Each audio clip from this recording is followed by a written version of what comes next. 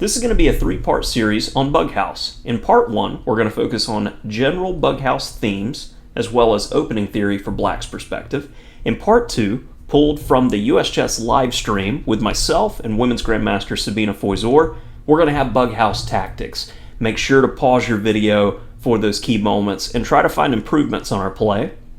And in part three, we're going to have a live game with multiple guest international master, grandmasters, and some guy from Alabama. So hopefully you enjoy this series, and if you do, like, and keep in mind, if you're playing white for opening purposes in Bughouse, play e4, go after that f7 pawn quickly and effectively, and if you want to get off the beaten path and be someone who's not playing e4, try d4, potentially a London system. It's interesting in Bughouse as it throws players off. So without further ado, let's get to the theory session. Bughouse is essentially four-player chess at its heart, where you have the opposite color of your partner, and as they capture a piece, you can pretty much place it anywhere, with the exception of a pawn that can only be placed on ranks 2 through 7. Now, with Bughouse, it's going to be much different than, say, typical chess, as one of the most popular openings would, say, be Sicilian, e4, c5. There are big problems, though, in Bughouse when you create holes. If you have holes in your position, like in this case, as soon as the c-pawn is touched, c7 is going to be a long-term hole. It's very easy to drop a pawn or a knight in there, and you can get into trouble very quickly. So Caro-Kann, Sicilian, you got your Dutch, you got your bird. Seeing if Sabina's up on our opening names these days. Okay, that's the bird. This is the Dutch. Wow. Okay. You're testing my knowledge just to make sure, This is not hand and brain. We've been there and done that. This is far, far more difficult. So, leaving holes in Bughouse are the greatest enemy. And like the fianchetto, for instance, anytime your G3, B3, G6, etc., you are leaving yourself open to have, say, a pawn or another piece dropped. Like H3 is a great place to drop a pawn. So we try to avoid touching our CNF pawns. We try to avoid fianchettos early in Bughouse theory because you can get messed up. So we talked about what not to do.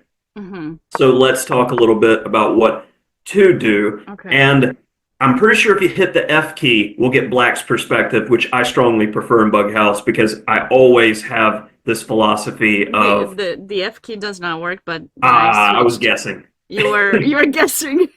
Yeah, I was guessing. Fine. So that's Sabina spamming the F key for no reason. So, in addition, the most important thing you can do early in the opening, go ahead and highlight that F7 square for me. Super important. What, do you have a specific color? Like you want red?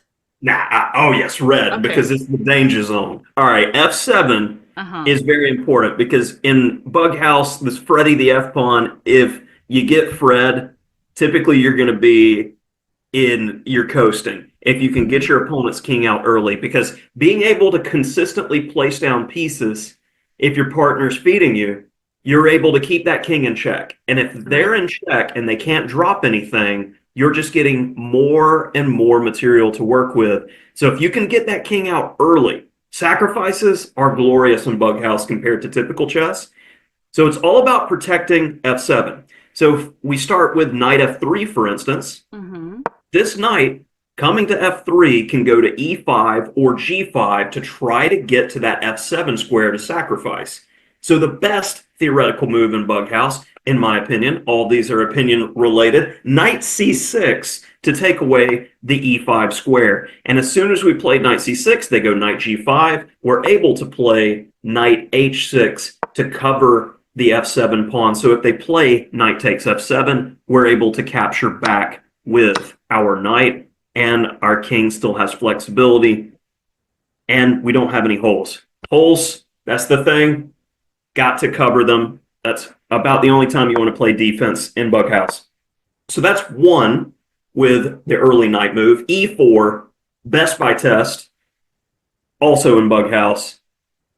It's very dangerous if you play, say, e5, because already bishop c4, you're having trouble preventing bishop takes f7. So natural moves that we typically see in chess are going to get you in big trouble quick. Mm-hmm. So my favorite, Alekhine, is going to come to shine here with knight f6, and after e5, the typical move to kick around our knight, we say no.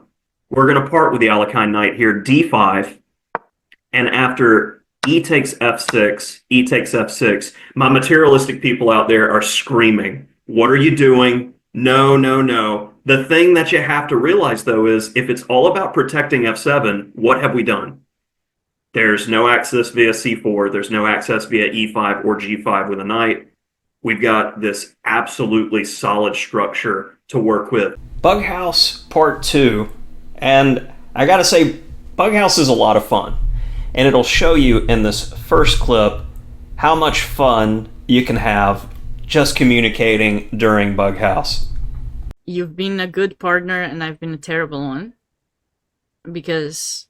I'm so happy we're on the same page right now.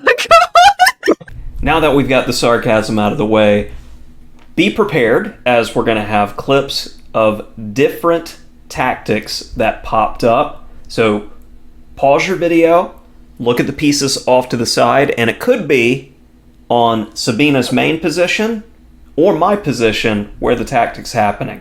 So be ready. Can I have like a cute mate there or something, or not? Oh yeah, I think so. Look at this beautiful idea that I'm about to do. Aw, thank you. Thank you.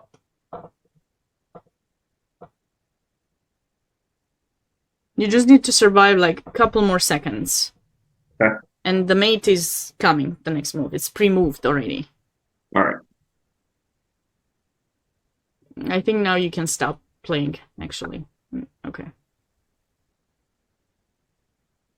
You can make one more move if you want, but you don't have to. Mm-hmm. I'm watching their clock, yeah. Yeah. We should be up 5 seconds unless there's some delay or something. Cute. Nice. I didn't want you to think after the introduction that we didn't have good communication. This next example is not so much a tactic, but what to do when your partner's got mate. You got to be hyper vigilant of the clock situation. And once you get up on time when it's mate and 1, you win the game. Stall. I just need to make 1 or 2 moves basically to catch up because I'm 10 seconds down. Right. So... Can you pre-move that? Can you just... already have. You no have. Hand. Okay, so let me see what he can do. He can give me 1 check. Okay. So if I do this, he can give me no check. And... Yeah, you picked up a little bit of time there.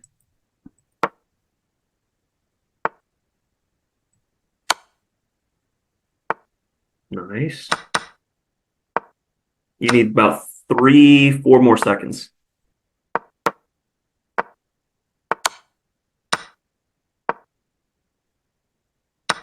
And you're good. Stop.